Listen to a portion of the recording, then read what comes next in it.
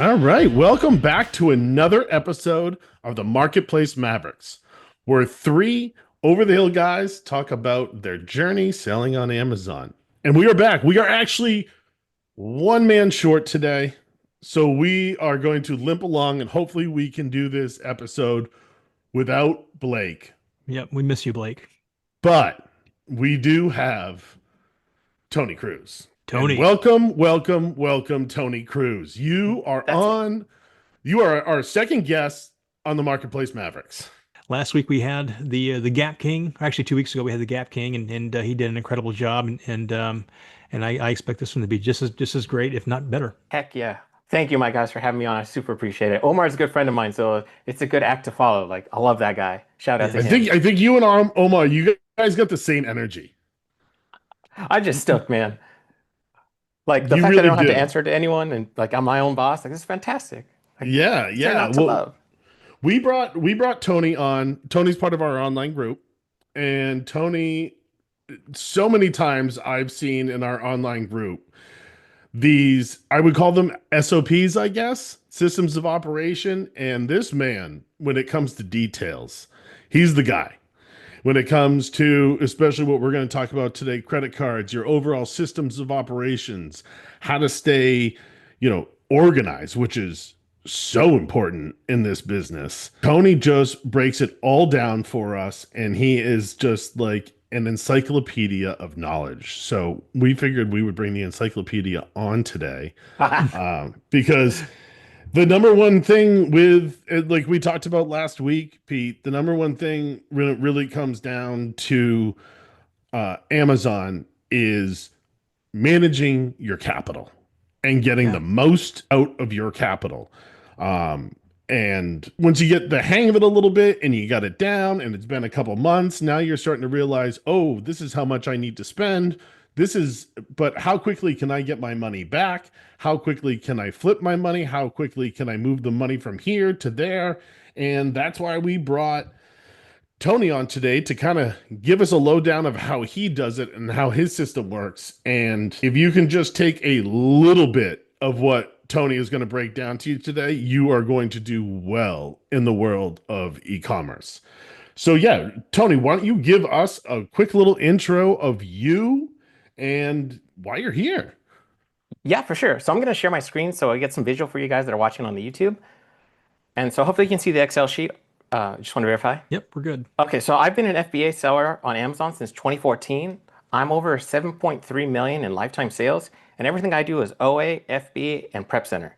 And that's very much by design and by choice because I don't want to do FBM and I don't want to work very hard. It's like I joke that my job is to press buttons, and that's what I want to do. And Tony, you so love pressing buttons. I love pressing buttons. I get paid to do it. The focus for today was supposed to be on capital, but like part of the equation of scaling, because I also wanted to touch on that as well, is I call it the 5 L's of scaling. First is your liquidity, which is like your cash flow and your capital. That's what we're going to focus on today. But beyond that, like you're going to need leads, right? That's going to be your lead flow and replenishment.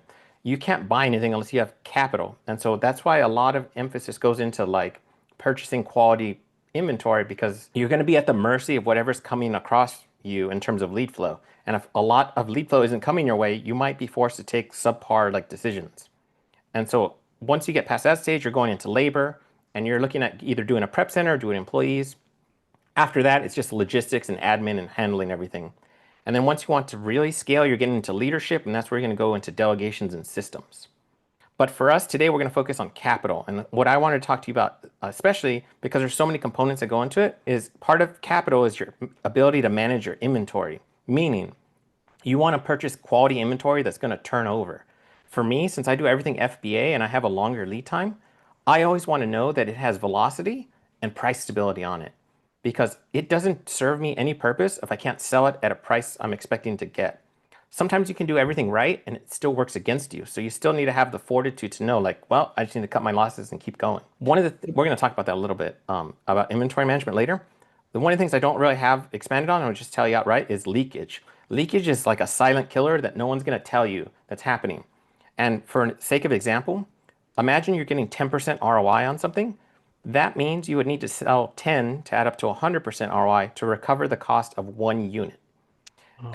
And so the reason I bring this up is that if you send in 10 units of inventory to Amazon and they only receive 9, meaning they lost one of those 10, it functionally canceled out all of those 9 other sales, even if they successfully sell at 10%. You're down 10%. So out of the gate, like you need to be sure to be on top of all of that leakage and making sure you sent in 10, they got 10. Because like it sucks. Like there's no way for you to overcome that unless you get reimbursed on it. That's On interesting. I don't think I've ever even thought of leakage before. It's terrible. It's Yep. insidious because they won't tell you, and it doesn't flash on the screen and tell you like, "Hey, we're missing stuff." I had a shipment that was missing like $2,000 worth of inventory, and when you think about it at like from a revenue perspective, like say I make 10% ROI on my revenue, that means it functionally canceled out $20,000 of revenue to recover that $2,000 of cost. Wow. And so when you look at it that way, you're like, well, crap. If I'm normally running like 50,000 revenue per month, now I need to do 70,000 in revenue to be in the same spot. So like being on top of your admin is going to help you so much. I'm trying to think of it in terms of hierarchy. I would almost position leakage like more important than like ROI and stuff. Like ROI is secondary because if you can't even get your inventory to market to sell, like Yeah, what does it matter? yeah, what does it matter? And so like yeah, that's something I've been learning. Like I Yeah, didn't have the it's language for this, but now I do. right, right. And then the leakage is something that it happens from the beginning. I see it, in the little bit that I do, I see the discrepancies and stuff like that. And it doesn't feel like much because I'm not a big seller yet. But you start selling a lot of inventory Oh yeah. and that can get out of control real quickly. And that's a problem with Amazon that there's so many moving parts and so many reports. It's kind of hard to know like where everything's going. And I used to think that like I was Mr. Tough Guy, I could outrun it. But it was just like, what was it? Like you're going 3 steps backwards for like every 2 you go forward. And just like you cannot run it. Like you need to stay on top of that.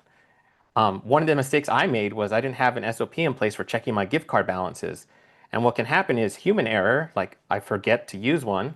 Right. 2, like things can cancel or refund back to an old card. And if you don't have a system to go back and look at it, like you're never going to know. 3, the gift card vendor could sell you something that has a partial or zero balance on it. And so what ended up happening in my case, I think I found like 15 or $20,000 of gift card balances because I didn't check it for like a year. Oh, wow. And that was Yep. totally self-imposed, like human error, my fault.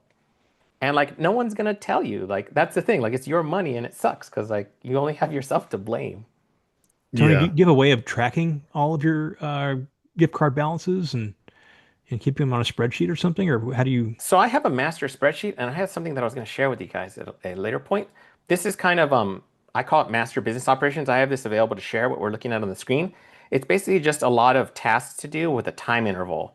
Like for me, check inauthentic complaints every 7 days. But one of the ones I'm talking about here in specific is gift card charge reconciliation.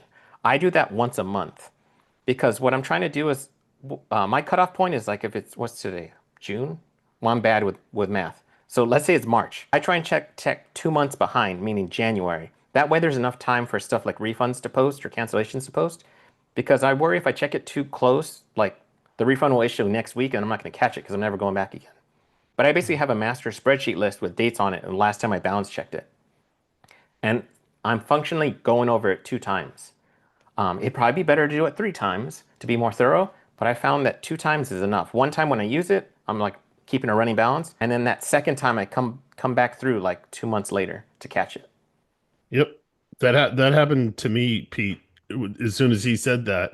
And it was much smaller. It was like $300 or $400.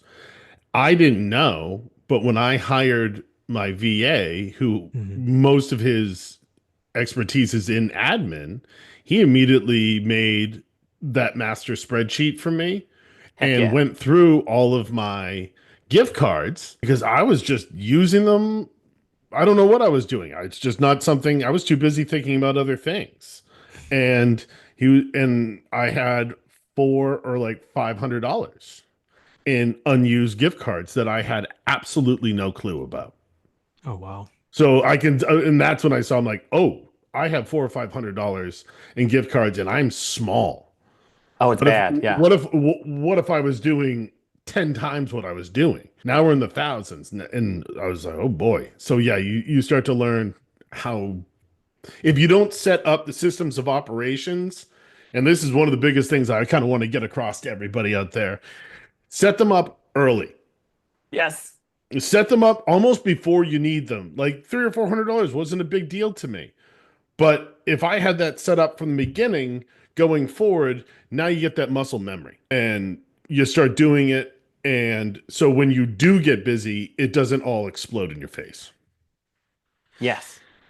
And that's one of the things I've come to appreciate too now that I'm a business owner. Because when I was an employee, I was always on the receiving end of the SOPs. And so when you come over to the owner side, you're the one responsible for creating them. So And true. and you don't think about that stuff because it's just there when you show up. But the other thing I've come to appreciate with the SOPs is the fact that it maintains like a minimum level of quality control in terms of output and like uniformity of like baseline, like maintaining your business. Yep. Because once you start getting dialed in, it's kind of like on autopilot. Like it might take like 40 minutes to write the training, but like doing the actual task might take like 3 minutes. Like Yep. checking my inventory storage capacity. That takes like 2 minutes. But that came about because of the pain point of during Q4, I went over that limit and no more inbound inventory could come in. And so it disrupted my cash flow. And so now I watch that every month to know if I'm approaching it so I can position myself and either like hold off on sending in inventory or push like dead inventory out to make up space. And that's where a lot of Yep. your SOPs are going to come from, just from like pain. Yeah. Yeah. You make an SOP because you messed up. Yeah, yeah. And that's okay. So, That's how we learn. that's you learn by your mistakes. You just want to try to minimize, and they're still going to happen. You just want to try to minimize them as much as possible. And that's why you're here. Yeah. And it's so much fun. I always like to make the joke that like we as humans are we stand out amongst like all the other creatures in that we can learn from other people's mistakes and not have to make them ourselves. And so that's why networking is so important because like you can just ask someone like, hey, what are your like SOPs or your like, your intervals of admin? Like, what are you doing? Yeah, Right. you Yeah. you are Exactly. like the credit card guru. And I think a lot of people doing I mean, you definitely use credit cards in wholesale too, but OA is probably, I mean, it's all credit card. Yeah. I mean, no matter whether you have capital or not, you are using credit cards. Wholesale can morph a little bit more into, ACHs and wires and stuff like that. But OA, I mean, it is credit cards. It is probably more than one credit card. It is cash back. It is when do you pay it? Trying to line Yeah. up your due dates and your statement end dates and all kinds of stuff. So, yeah, we want you to kind of break down how you go about doing that. Oh man, I don't know if I should tell you. Oh, okay. So I do credit cards. I have like 8 of them. I was going to show you the stack that I have. This is everything I'm dealing with. I'm putting it up on the screen. But basically, I think I have like 8 credit cards with $264,000 in credit limits for all business cards. I have an SBA loan for 267,000 at 3.5% at 30 years, which I think was nuts. They gave it to me. Yep. I have an Don't ever American. get rid of that one. Yeah, no, I'm going to keep that one. Now it's nuts. It's my favorite one.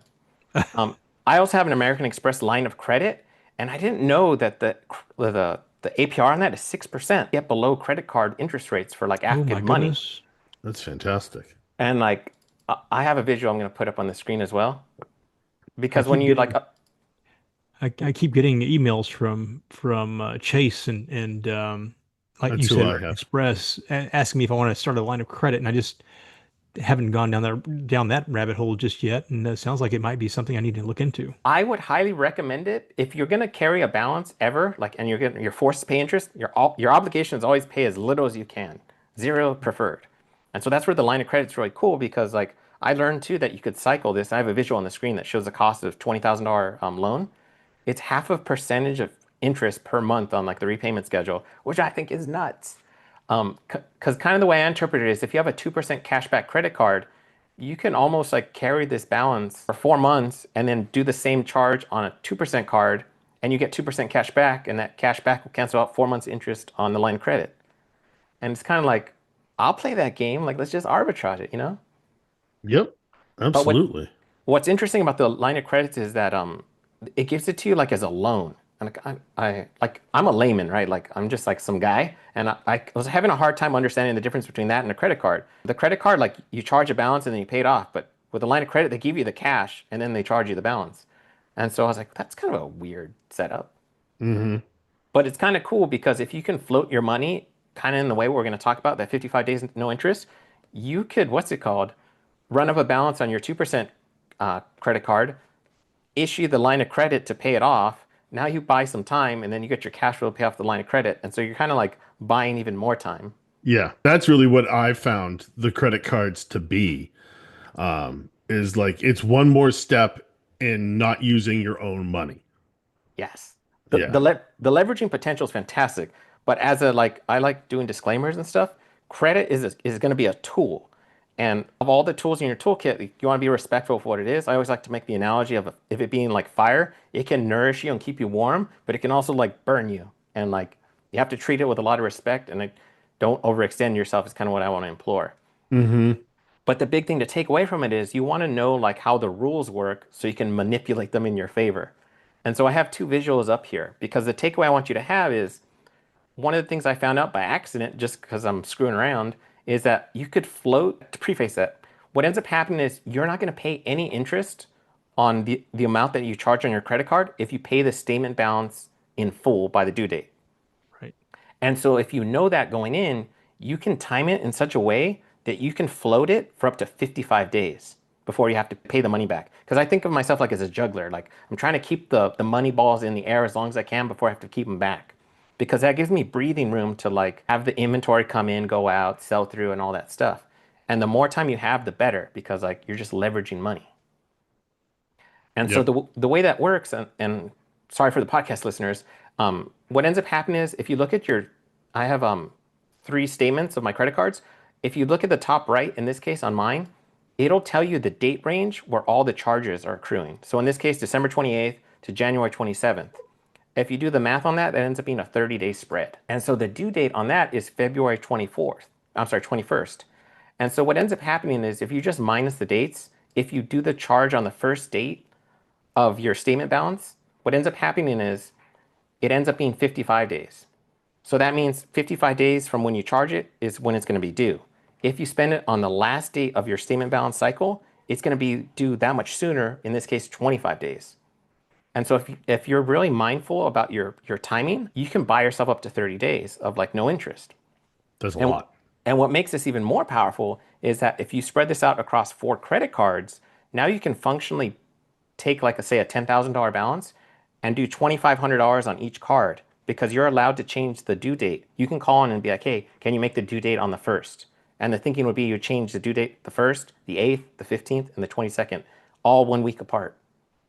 And so the reason you're doing that is for 2 reasons. If you're forced to eat the interest, like you can't cover the balance, now you're in a position to choose which balance it's going to land on to like absorb the least amount of pain. So it's better to have a $2,500 interest on a $2,500 charge rather than the full 10,000. 2, because of the way the disbursement cycles works, is that, if you're not doing daily disbursements and you're doing the 2-week standard cycle, you might need an extra week or 2. And so it might be hard to pay out a full $10,000 balance, but it's a lot easier to absorb a $2,500 balance. And you can wait for that next disbursement to cover them. And so it's kind of like you're just keeping the money in the air for as long as you can. And then the other thing I want to mention too is that just for sake of math, to keep it like really easy, simple numbers, say you have a 24% APR card. If you divide that by 12, it's 2% per month. And so I think of it as if I have a 2% cashback card, that means 1 cashback cycle will cancel out 1 month's worth of interest. And so in my head, I'm like, well, if I have to take the hit, I'll just cancel out. And technically I'm not gonna lose until month 2, so to speak. But if you stack that on top of that 55-day cycle, it's kind of like you're not eating any interest functionally till month 3. And so this is going to be real useful to do and be mindful of if your credits, like if you're not able to apply for 0% APR cards basically, or that's not available to you for whatever reason if the credit's not there to allow for that. And so you can manage existing cards. And from what I understand, the American Express Plum card, I think that the standard payback cycle is 60 days. And so if you use the same methodology, I think you can get it to like 90 days. Okay. And Yeah, that's incredible to be able to do that, and be able to play with that much money.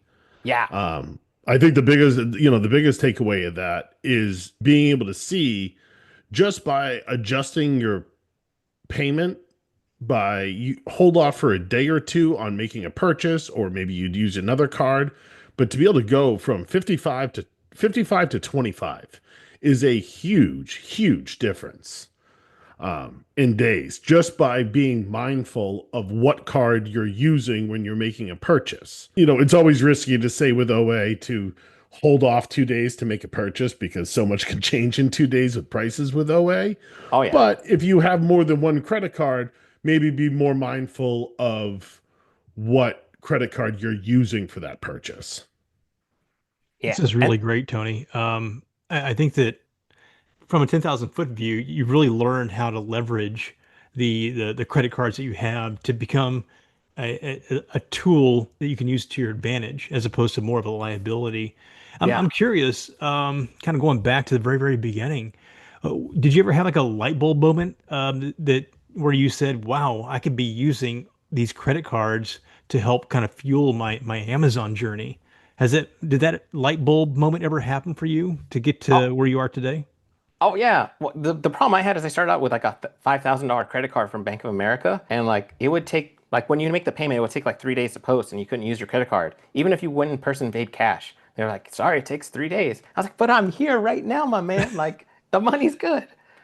And so like all that frustration came about this, and that's why I started going down the journey. Because what I started to do personally when I started scaling like the credit and stuff, I would apply for a credit line increase every 6 months and try and Mhm. get a 20 to 30% increase. It doesn't sound like much when if you're doing it on $1,000 balance for sake of discussion, because you're only going from like 1,000 to like 1,300.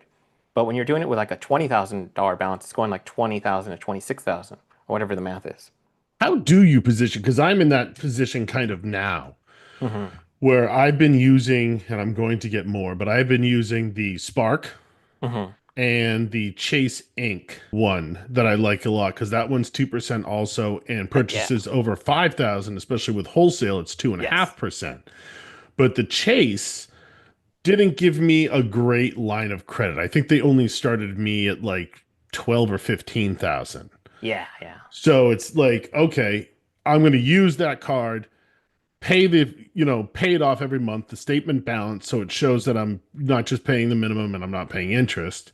When I want to, in 3, 4 months of payments, go in and ask for a credit increase, is there a way we should structure that? Is it the way we should ask? Because obviously you're not proving income, but you don't Yeah. want to lie, Yeah. Yeah. but you also want your credit line to be increased. So from what I've noticed from personal experience, they never asked for a P&L or like no one's asked for one. They just asked No. for revenue. And so one of the things that I had that was a weird byproduct was that I do cash back farming, meaning like if Rakuten's 10%, like I'll willfully buy things just to get the 10% cash back, even if it means I'm making like single digit ROIs on like the Mhm. revenue, the selling side. Because the reason of that is threefold. One, I'm getting the points, and I have like an engine to spend and turn the money quickly if I'm doing everything right with velocity behind the listing. Two, I'm going to generate revenue on the business, and the credit cards love seeing revenue. So even though Yeah. I'm losing on the sales, so to speak, like if an accountant looks at it and be like, Tony, why are you making 5% on that product? Like it's going to look dumb. But when I Mm-hmm. on the back end, when I go to finally apply for the credit, I'm like, hey guys, I got like 80,000 in revenue, and they're gonna see money coming into the business, and they're gonna Mhm. base their decision off like, well, if 80,000 is coming into the business, like we're totally comfortable giving like 40,000 to play with, so to speak, or whatever that Mm-hmm. ratio is. Yeah, that Yep. makes sense. The other And byproduct, cash back, and correct me if I'm wrong, cash back, is that not taxed? Like if you're oh obviously doing large amounts yeah, where, if you're putting $50,000 on a credit card every single month and you get 2% cash back on it, at the yeah, end of the year, that cash back, oh it that adds uh up. that adds up. What Yeah, is that? What do we, because I know for me, I don't put that into any of my margins. That's yeah, I'm the same way. just, yeah, it's just out there. From I'm a layman in this, I don't have like a tax background, but from what I understand, it's considered as a rebate and therefore not income. Okay, that's what I've heard. And Yeah, again, anybody listening to this, we are not accountants. So No, we're you're going not. to want to check yeah. on that. But that is what I've heard, is that it is not, it is like a rebate. And I think we're talking about the like farming the cash back on the revenue side for applying for your credit limits and stuff. That third thing that happens is like you can ask for. There used to be softwares that ask for feedback on your account, but basically it gives you an opportunity to farm feedback because you're making more sales as part of the process. But for me, I like to make the analogy of like you're going on your first date, you like polish yourself up, you look as good as you can, and you want to position yourself when you apply for those credit line increases to have your utilization rate be as low as you can, ideally for like 1 or 2 months. because I found out what they have a metric that's called a look back period, where it's like they look back and if they see your credit was like 100% used, they're gonna say like, "Hey, this guy was at 100% last month. Like he's trying to pull a fast one on us." Mm. And so for me, if I'm ever forced into a position to carry a balance, I always wanted to try and be below 30% in a perfect world Hmm. Yep. because that's going to help you. Kind of have like as little as debt as possible. That might translate or put you in a position where you might slow down your revenue on your business. But if your financials look like, this guy's utilization is really low, that's the trade-off you're going to make if it means you might get like $20,000 extra in credit limit. Because then you're going to win going forward and you turn it back on. Because it's kind of like you only need your credit when you use it. If you're not going to use your credit, like your credit score functionally doesn't matter until you need to get a loan. Right. And so it's just like be mindful of how you're positioning it. For me, I would write down like what I would do. And the other thing you want to be mindful of is if it's called a soft inquiry versus a hard inquiry. I always prefer cards that have soft inquiries, meaning it's not going to show up on your credit. Right. The problem with those credit line increases is the bank knows like the upper threshold that they'll give you, but they're not going to tell you. And so the problem is you don't want to ask for like a 100% increase because the problem is if you only get one chance to ask, you don't want to ask too much, but at the same time, you don't want to ask too little. And so it's kind of, I found like 20 to 30% increase to be that sweet spot. Huh. Yep. But Good if to you have know. that revenue behind you, like it's going to look more encouraging on the bank side because they see it as, oh, money's coming in, so they're going to service the debt. And like the chance of default is lower as a result. Yep. Yep. Your first 2 years as a business, like the bankers are going to be like, yeah, we don't really care about you because I think statistically businesses like go bust in the first 2 years. And so if you can make it past that point, you get a lot more credibility in your business when you start applying for like bigger loans and stuff.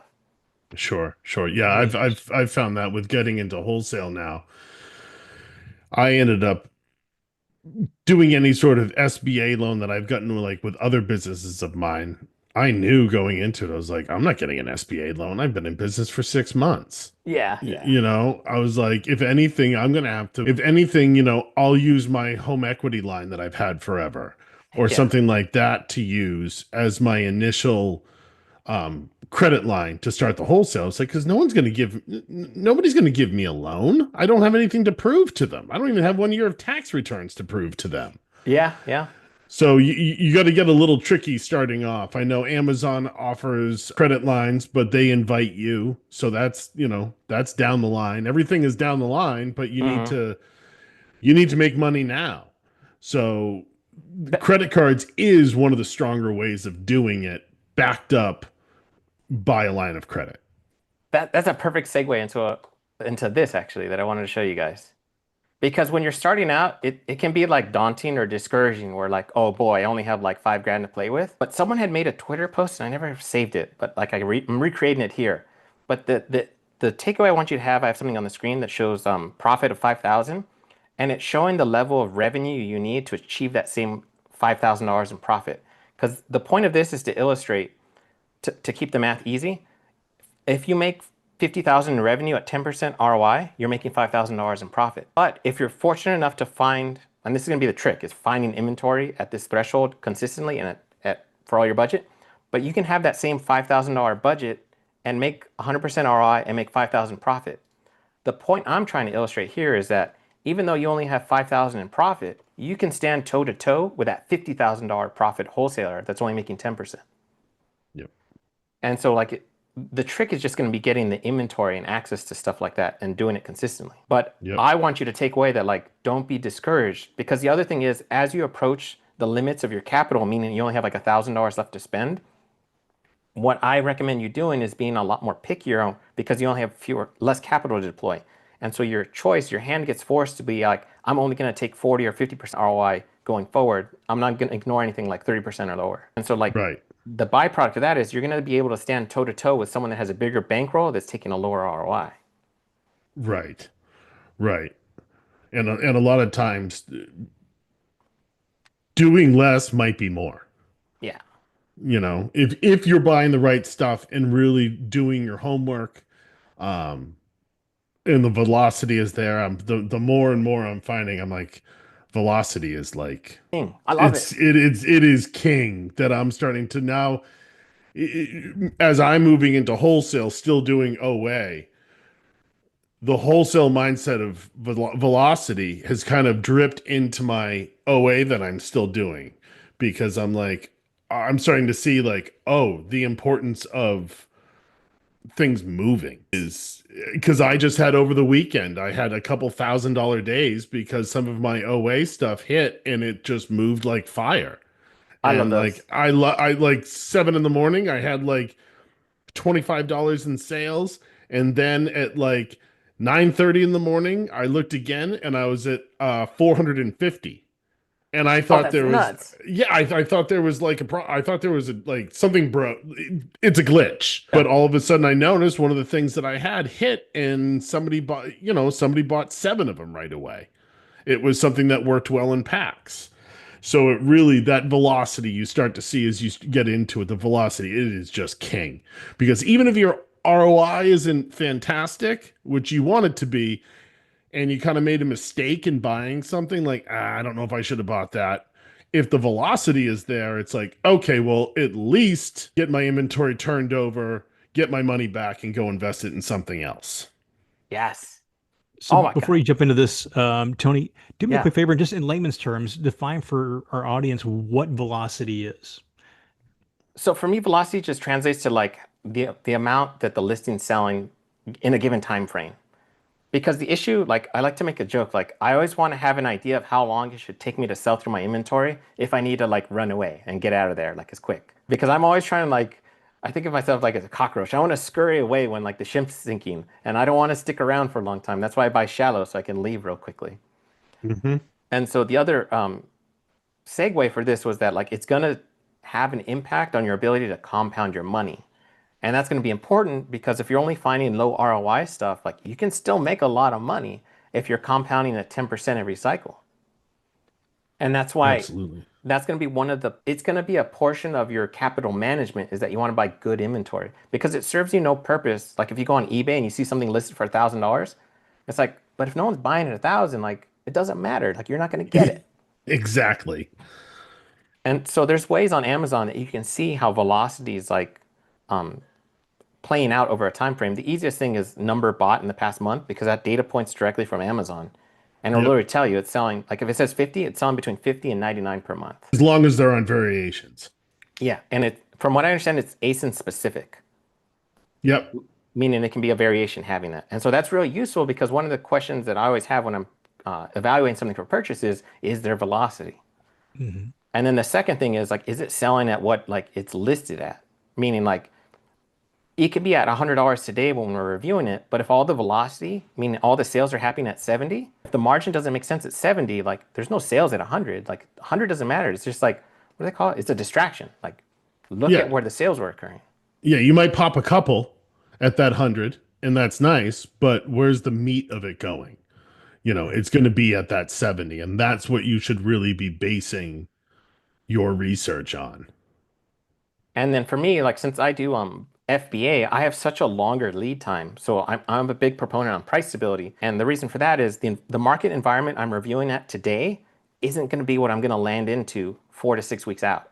And so Mm-hmm. the hope is like whatever it did in the past, it's going to hopefully do the same thing in the future. There's no guarantee, but that's all I have to go off of for historical data. For me, I'm kind of like buying the data, and whatever the item is, it's just a vehicle to achieve profit. Because I see it as whenever I'm buying something, I'm just buying the equity in it and I'm waiting for it to convert into cash. That's all you're Mm-hmm. doing. Yep. It's a really good way of looking at it. And so I have another example here for impact of compounding, and it's just big calculator. And so like we're doing this from an academic standpoint, just to like illustrate what can happen.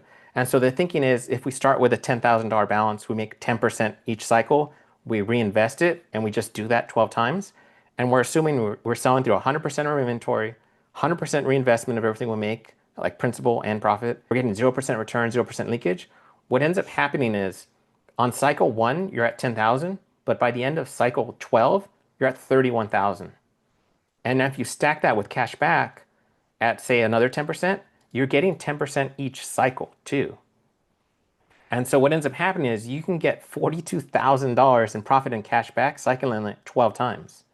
And so while it might look goofy or dinky at 10% ROI on the books per sale, but I think of it as like a big, like thinking like the leprechauns with like gold.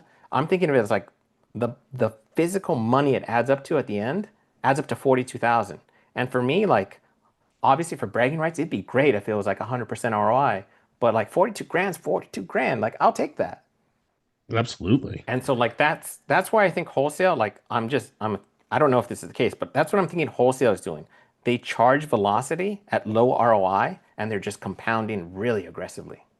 That's the closest, and I am not a wholesale expert by any stretch of the means, Yet. but yet, but over the past velocity, I mean, velocity is important in OA. Velocity is important across the board in Amazon, but you're buying such smaller. And Tony, I was kind of like you. I was not very deep in too many ASINs, but I spread Mm. wide. Like I would rather Okay. just had. I never really bought much over 20 of something. It was spread it wide and be diverse. So if I Yeah. do make a mistake, which you're undoubtedly going to do, Yeah. I'm not frying myself because I didn't understand reading Keepa charts, and I would just see that hey, right now is selling for $60. And yeah, I know last month it was selling for 45, but like it's $60 today.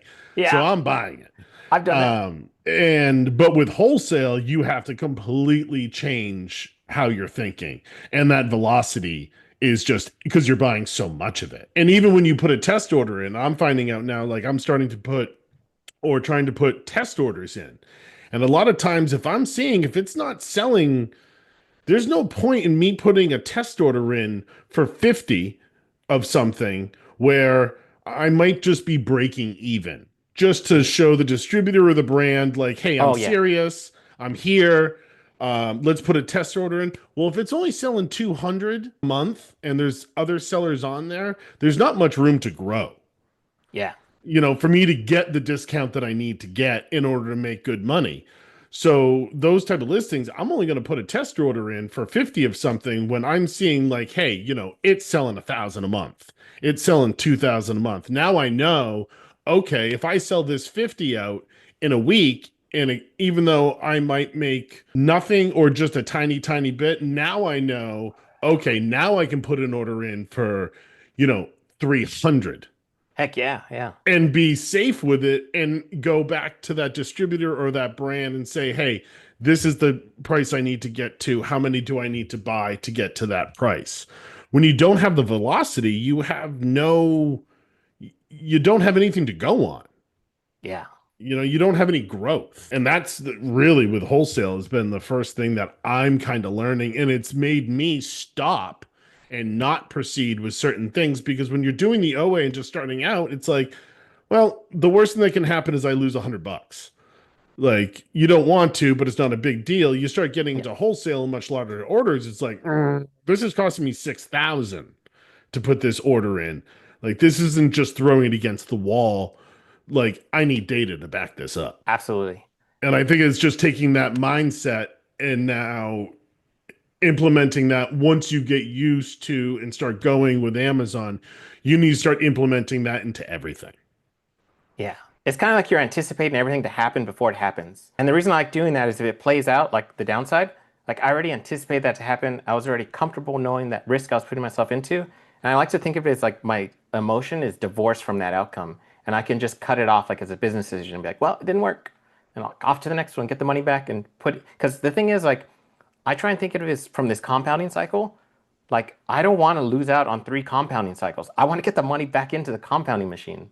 And so if it's sitting and it's dead, like it's not serving me. 'Cause Exactly. there's a thing called opportunity cost where if you have $100 for budget and it's in inventory that's dead, but on the like to next to you on the shelf, like there's something that's selling for 50% ROI, that cost of your opportunity was not being able to get that 50% ROI stuff because it's in dead product. And so you always want to like be mindful, and that's why you need to hone your skill as a buyer. And that's one of the common mistakes I see with newer sellers, which is unfortunate. And this is what you learn, but like it's basically bad setups. Things that are destined to fail either have bad velocity or no price stability, where it's like all over the place. And I think of it like being in choppy water, like dangerous, the ocean. That's dangerous. Like I don't want to be like dangerous environments. I want to have the deck stacked in so much in my favor that I'm statistically most likely to win. Yeah, and that's price stability and that velocity. And if I was to lose one, I would rather miss out on I would rather be right on the velocity than the price almost. Yeah, because you need Because that at for least your you can get exit. rid of it. Yeah, because I think of that as like my off-way ramp for the freeway. Like, okay, there's my exit. Like, I'm gonna take it. Yeah, exactly.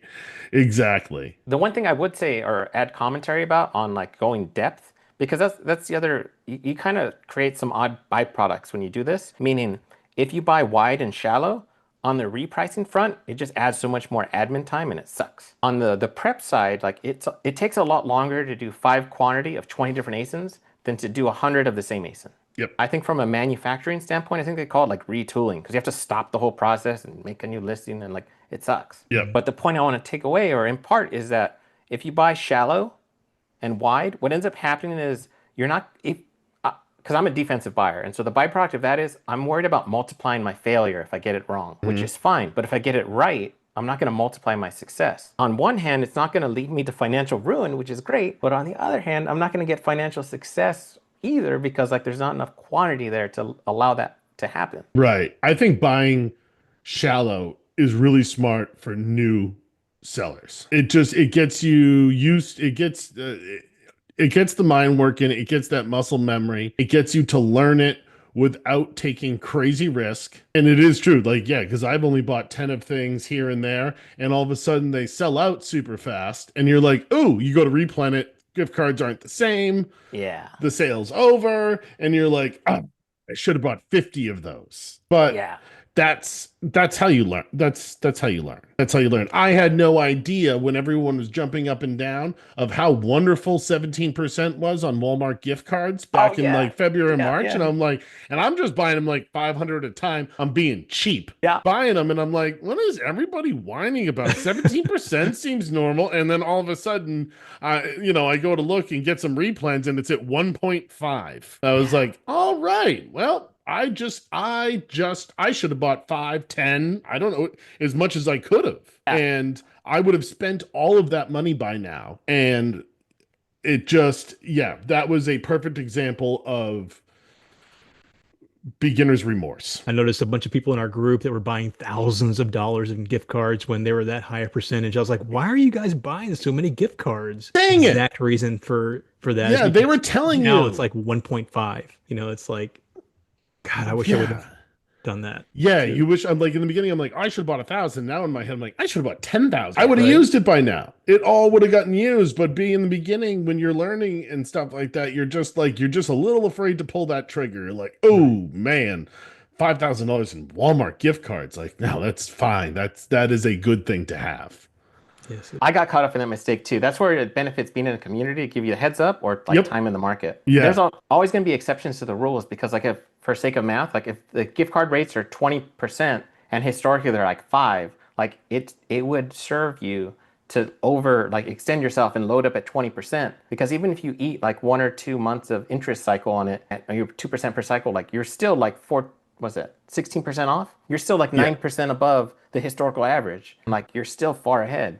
Because that's going to translate into a competitive advantage to you because other people aren't going to have access to that once it's gone. Right. And those prices on Walmart products are going to, as those gift cards go down, the prices are going to go up when it starts to even itself out. Yeah. You can still be sitting there with 20% gift cards when everybody else is using 1% gift cards. And of course, this is all the stuff I thought of when they dropped down to 1%. And I was like, oh...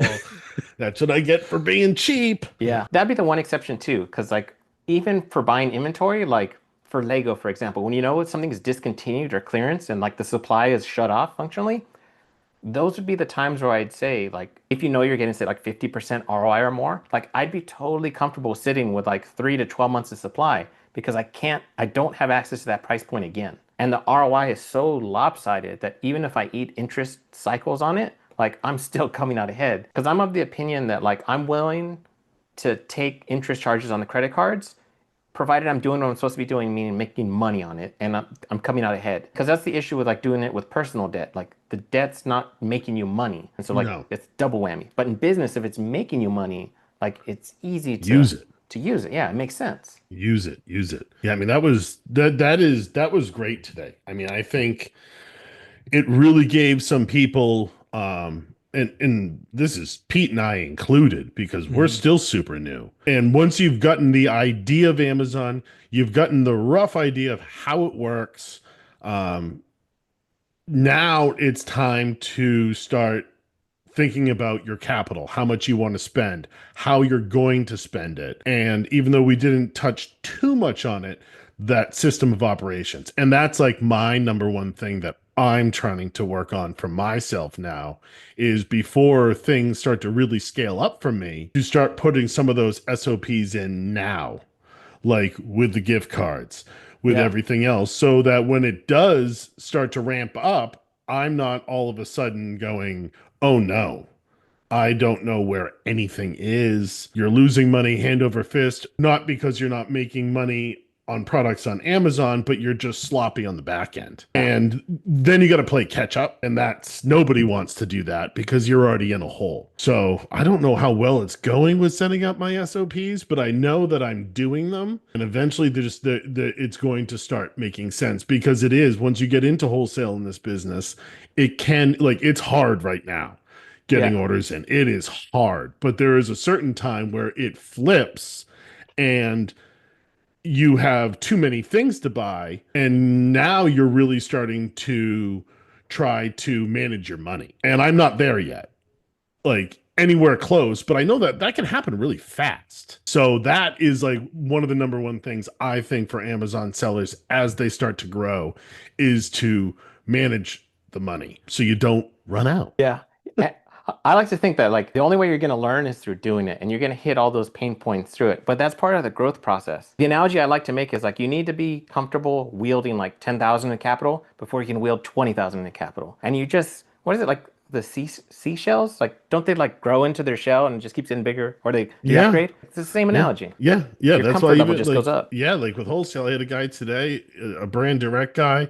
He's the first one that kind of talked to me, and he's just like, yeah, I do minimum order is 15K. And I was like, Yeah. And like I'm looking at his products and I'm just like, there's not 15K to spend here at first. Like there's no way. And I want it so badly because some of his stuff moves really well, but there's other stuff, and I'm trying to put together an order. I'm like, I don't have 15K here. Like there's no way. If I was to do this, like I'm going to try to negotiate with him, but I was like, there's no way I will be cutting off my nose to spite my face with this. So Pete, what do you have for final thoughts? Yeah, I'm glad I did it. I think that one of the things that I'm really excited about that we were able to have this interview with you, Tony, is because it really emphasizes both the two really important things for your Amazon journey, and that's having capital and having community, and just having people like yourself who are veterans in this space. It really, really helps those of us that are just starting out, like John and I, to really shortcut to get to a place or scale up as quickly as possible. Having you in the space to be able to help guide us. So I do really want to thank you for sort of giving us your time to be able to have these conversations and help others that are also in the similar places that John and I are, to help sort of escalate and move our journey along a little more quicker than we would have otherwise. So again, thank you for your time. It's been really helpful. I had a blast, man. I'll talk shop all day, man. Let me. Oh yeah. Oh, wait, guys, we could have easily made this a 3-hour podcast Easily, because if Tony wants to. Tony could have taken us down a rabbit hole we wouldn't have been able to see the top from. Still have more. So I'm curious, if people wanted to reach out to you, Tony, is there a place they can find you, whether it be like on Instagram, or I doubt you want to give your email address, or maybe you do. I don't know. Yeah. But how can people reach you? So I'm on Startup FBA on Instagram, Twitter, YouTube. I think TikTok, but TikTok's inactive. If you wanted to email me, no one emails me, but that's Tony at startupfba.com. Okay. I own the domain now. Heck yeah. There you go. Well, Tony, I thank you for coming on here. This was fantastic. This is, our first two guests. This is exactly what we wanted to show people starting out in the Amazon business, and that goes for Pete and I, and Blake also. Sure.